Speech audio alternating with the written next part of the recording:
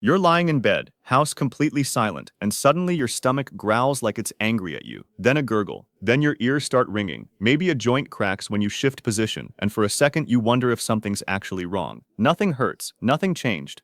So why does your own body suddenly sound like a haunted house the moment everything goes quiet? Here's the real mystery. Your body isn't getting louder at night. Something else is disappearing. And once you see what that something is, these noises stop feeling alarming and start making total sense. There's a name for what's disappearing: auditory masking and sensory gating. All day, ambient noise, traffic, chatter, hums, quietly covers the constant activity happening inside you. Your brain also filters out repetitive internal signals as background noise, the same way it ignores clothes touching your skin. So the trigger isn't something new happening in your gut or joints. It's the room around you going silent, pulling the mask off sounds that were always there.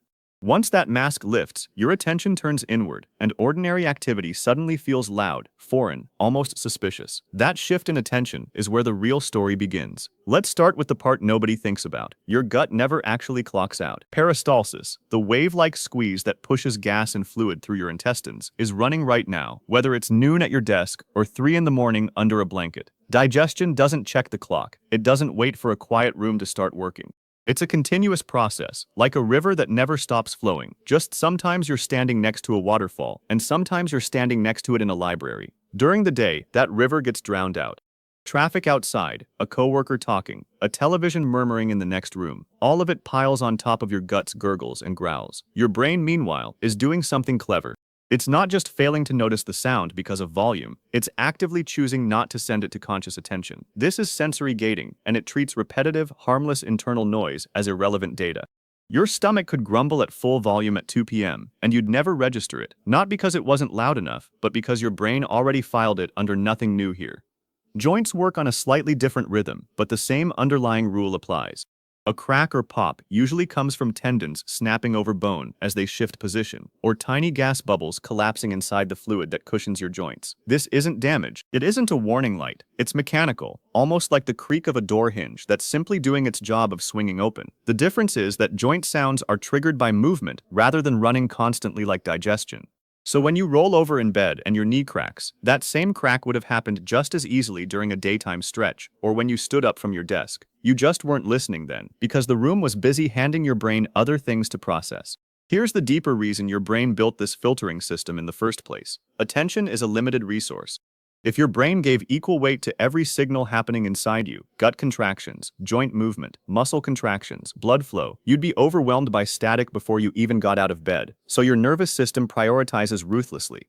It asks a simple question about every signal. Is this new? Is this a change? Is this a threat? Constant, repetitive, harmless activity fails all 3 tests, so it gets filtered out. Your brain treats a gut gurgle the same way it treats the feeling of a shirt against your shoulders. It's there all day, but you only feel it again if you specifically think about it, or if something changes, like a seam suddenly rubbing wrong. Internal body sound works on the exact same principle. It's not being hidden from you out of mystery. It's being ignored because ignoring it is efficient. Now take away the noisy room, and that efficient filtering system runs into a problem it wasn't designed for. Without competing sound to process, your brain's attention doesn't just go idle, it turns inward. It starts sampling the quiet more closely, and that's when it picks up signals it was already gating out. This is where that whooshing or ringing sound in your ears comes from. It's not new. It's not blood suddenly deciding to move faster or louder. It's the ordinary flow of blood through vessels near your ear. Something happening every second of your life, becoming audible because there is finally nothing else competing for your attention. You didn't create that sound by lying down. You just stopped being distracted from it. The same unmasking effect explains the smaller, stranger sensations too. A faint muscle twitch that creates a tiny popping or fluttering feeling under your skin, that's ordinary muscle fiber activity, present all the time in low amounts, just usually irrelevant enough to ignore. Your ears popping as you lie still comes from the eustachian tube, quietly adjusting pressure, a small piece of internal plumbing maintenance that happens regardless of whether you're upright at your desk or horizontal in bed. And then there's the big one, feeling your own heartbeat pulsing in your ears or chest once the house goes silent. Your heart isn't beating harder because it's dark. It's beating exactly the way it does all day. The only thing that changed is that you can finally hear it, because the mask that usually covers it has been switched off. Line all of this up, and a pattern becomes obvious. Every single one of these strange nighttime sounds traces back to a completely normal, completely constant bodily process.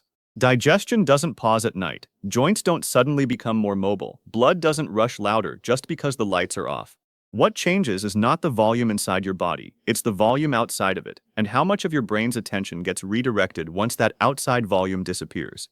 So if the mystery was never a noisy body, just a missing mask, then the fix isn't something you do to your gut, your joints, or your ears. It's something you do to the room. Your brain already knows how to filter these sounds out. It does it flawlessly, for 16 hours a day. All it needs is the same condition it had this afternoon, a steady layer of sound to work with. Give it that layer back, and the gating system switches back on almost automatically, the way a guard dog stops barking the moment familiar footsteps return.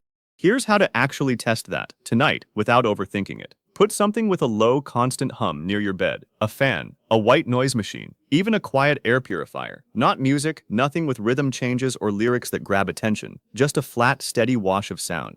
Then lie there and pay attention the way you did before, waiting for the gurgle, the crack, the ring. Notice what happens to it. Most people find the exact same sensations are still technically happening, but they slide into the background, the way a word stops standing out once you've read it 50 times. That fading is not your imagination smoothing things over.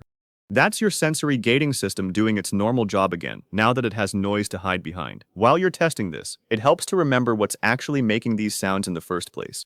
Your gut finishing up digestion overnight produces the same gurgle it made after lunch, just now with nothing else to compete against. A joint shifting under a blanket cracks, using the same tendon and bone mechanics it used when you climbed stairs at 3 p.m. None of this is new activity. None of it is a malfunction announcing itself the moment the lights go off. It's maintenance work, ongoing and unglamorous, the kind your body performs constantly, whether you're paying attention or not. The only thing that changed between the unnoticed 2 p.m. version and the alarming 2 a.m. version is what surrounded it. Once you've run this test for a night or two, start watching for a pattern over the following week. You'll likely notice these sounds aren't consistent from night to night, and that inconsistency is itself a clue. A night where everyone else in the house is already asleep and the street outside has gone still will probably feel noisier inside your own head than a night with a partner's fan already running or rain tapping the window. That shift has nothing to do with how your digestion, your joints, or your blood vessels are behaving. It has everything to do with how much ambient sound is available to absorb what's already happening inside you. Track that for a week, not to diagnose anything, just to notice the correlation. Quieter room, louder body, less silence, quieter body, same body either way. Which brings us back to where this started. Lying in bed, house completely silent, stomach growling like it's angry at you. It never was. That growl was peristalsis finishing a job it started hours earlier, patiently pushing gas and fluid through your intestines the same way it does every single day of your life. The ringing in your ears wasn't a new problem introducing itself in the dark. It was blood flow that had been moving past your eardrum all along, only now unmasked by a silence loud enough to let you hear it. The silence in your room didn't turn your body noisy. It just stopped covering up what was quietly happening the whole time. So the next time a gurgle or a crack or a faint ring pulls your attention away from falling asleep, you don't need to spiral into wondering what's wrong. You can treat it as confirmation that everything is running exactly the way it's supposed to, just temporarily unmasked. And if it bothers you, you already know the simple move. Put a little steady sound back into the room, and let your brain quietly go back to doing what it does best, tuning out the ordinary hum of a body that's simply still at work.